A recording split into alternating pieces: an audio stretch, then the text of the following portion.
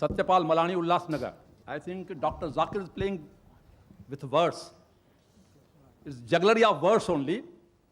Islam divides peoples of the whole world in two. One is Mu'min and there is Kafir. Definitely, we don't believe and trust in many things which Islam says. So this brotherhood of universal brotherhood is not possible what Islam wants to enjoin upon us. Islam only creates divisive forces. Even we can know Shias, Sunnis, and 70 other castes in Islam itself. I'm putting the question. No problem. Universal, but Islam cannot give universal.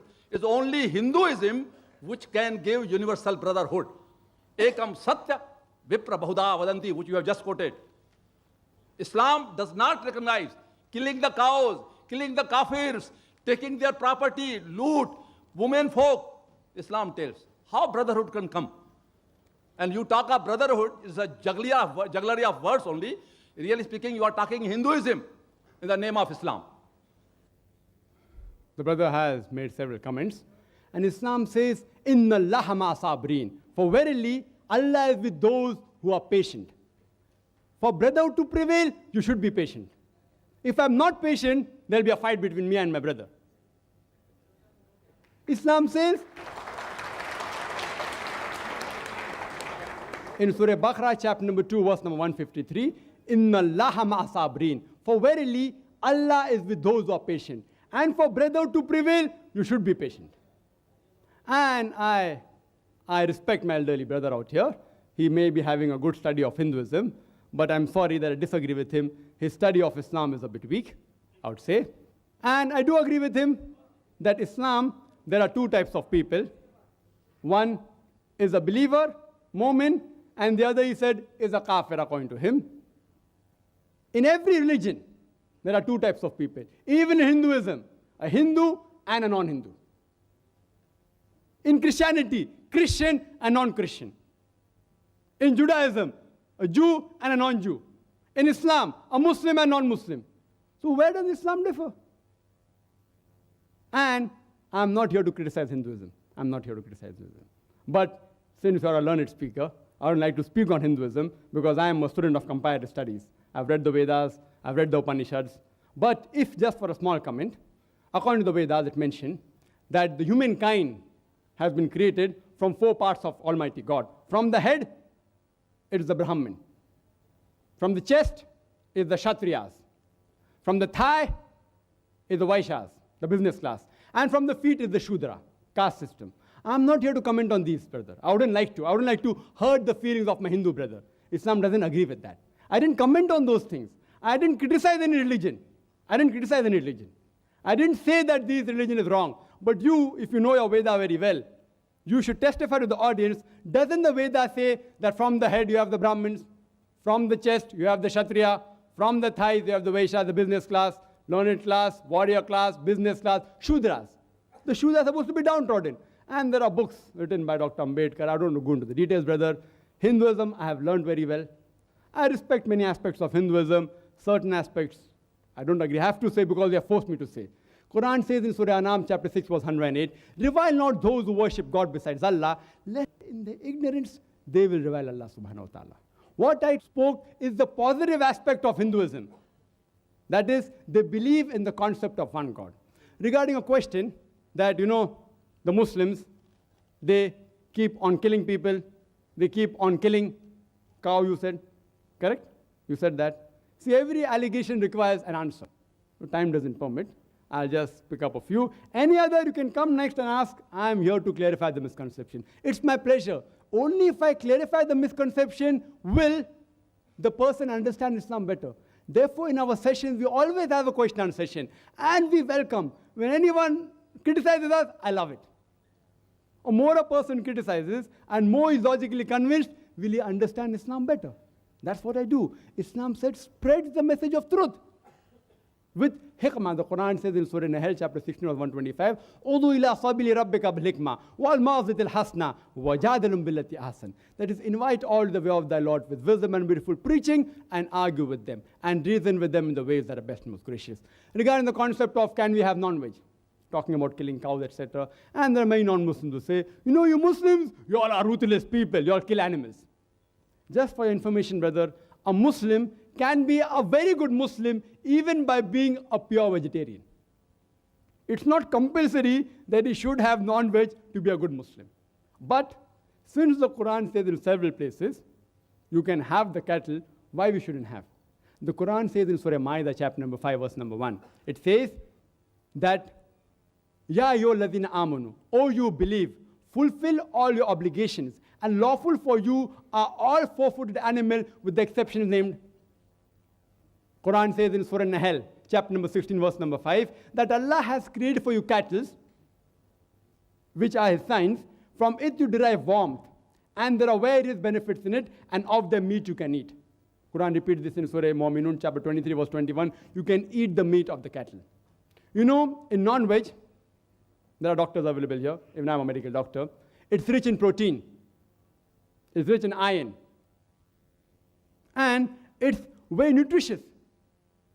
In the other food, the level of protein which you get in non-veg, you cannot get in any other vegetarian food. Soya bean, which is supposed to be the best form of protein in vegetable, it comes nowhere close to the non-veg protein. And regarding the concept of killing of cows, if you read the Hindu scriptures, I'm not here to criticize any religion, but brother asks a question, I have to speak the truth. It permits a person to have non-veg. If you read the Hindu scriptures, the sages and sons, they had non-veg. They even had beef.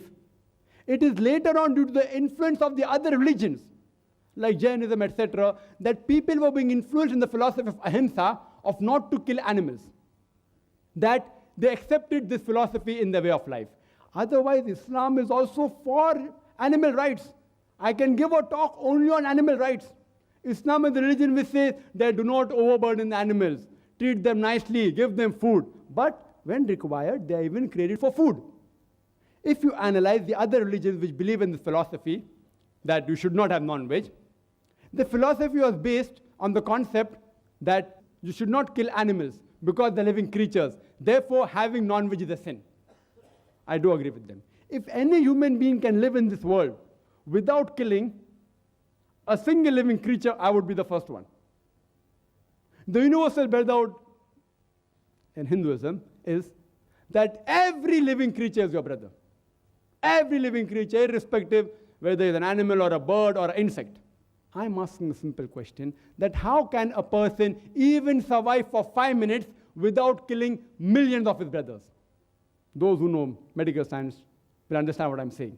That whenever you breathe, there are millions of germs you're inhaling and you're killing.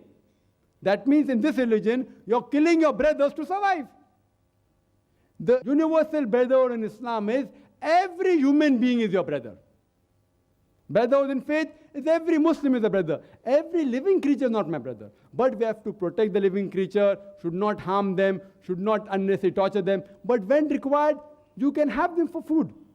So when the philosophy says that having non-veg is a sin because we kill living creatures, today's science tells us that even the plants have got life. Do you know that? So the logic that killing living creatures is a sin has failed. So now they change the logic and they say that, see, plants have got life, but plants can't feel pain. Therefore, killing the animals is a greater sin as compared to killing plants. Do you know, today science is advanced and we have come to know even the plants can feel pain. The plants can even cry. The plant even feel happy. So the logic that plants cannot feel pain has failed. The cry of the plant cannot be heard by the human ear because the human ear has a frequency of 20 cycles per second to 20,000 cycles per second. Anything between this, the human ear can hear. Anything below or above, the human ear can't hear. For example, if a master blows a dog whistle, the dog whistle, it's called a silent dog whistle. It blows the whistle, which has a frequency of above 20,000 cycles and below 40,000 cycles per second. The dog can hear up to 40,000 cycles per second. So when the master blows the whistle, the dog hears the whistle, but the human being don't hear. It's called as the silent dog whistle. Similarly, the cry giving out the plant cannot be heard by the human being, but they also cry. They also feel pain.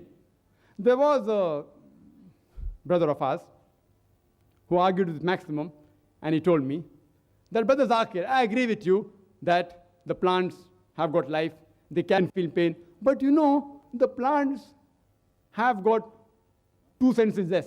They only have 3 senses.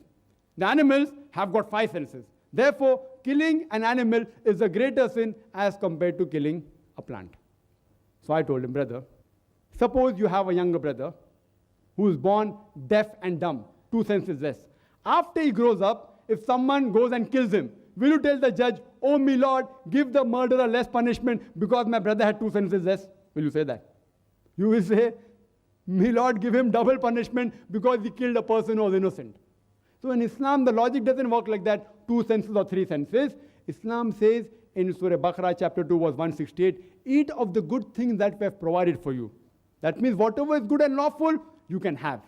And that's the reason if you analyze the cattle in the world, Allah subhanahu wa ta'ala has His way, Almighty God. The reproduction of the cattle is very fast as compared to reproduction of the other animals and the human beings. They reproduce very fast. If I agree with you that no human being should have any cattle, then we will have overpopulation of cattle in the world. And regarding killing of cows, there's a book written by Maulana Abdul Karim Parekh, Gaw Hatya, cow slaughter, who is to blame? And we analyze the people that deal in leather of cows, more non-Muslim than Muslims. Leather, the gents, they deal in that. So the people who are responsible to benefit from the cow slaughter are not the Muslims, the more of them are non-Muslims. So if you know history well, and if you know logic also well, you'll understand that Allah says, eat of the good things we have provided for you. If you can have, there's no problem. And besides that, if you analyze the set of teeth of the herbivorous animal, the cow, the goat, the sheep, they only have vegetables. They have a flat set of teeth. If you analyze the set of teeth of the carnivorous animal, the lion, the tiger, the leopard, they have got sharp pointed teeth. They can only have non-veg. If you analyze the set of teeth of the human beings, if you go in the mirror and look at your teeth, we have pointed teeth as well as flat teeth. If Almighty God wanted us to have only vegetables, why did He give us this pointed teeth? For what? To have non-veg. If you analyze the digestive system of the herbivorous animal, the cow, the goat, the sheep, they have digestive system which can only digest vegetables. The digestive system of the carnivorous animal, the lion, the tiger, the leopard, they can only digest non-veg. The digestive system of the human beings can digest both non-veg and veg. If Almighty God wanted us to have only vegetables, why did He give us a digestive system that can digest both veg and non-veg? So scientifically, if you analyze, Almighty God wanted us to have both veg as well as non-veg. Hope that answers the question. If you have any queries, any other misconception, brother, it's my pleasure to reply. One misconception at a time so that I can do justice to each of the misconceptions. Thank you, brother.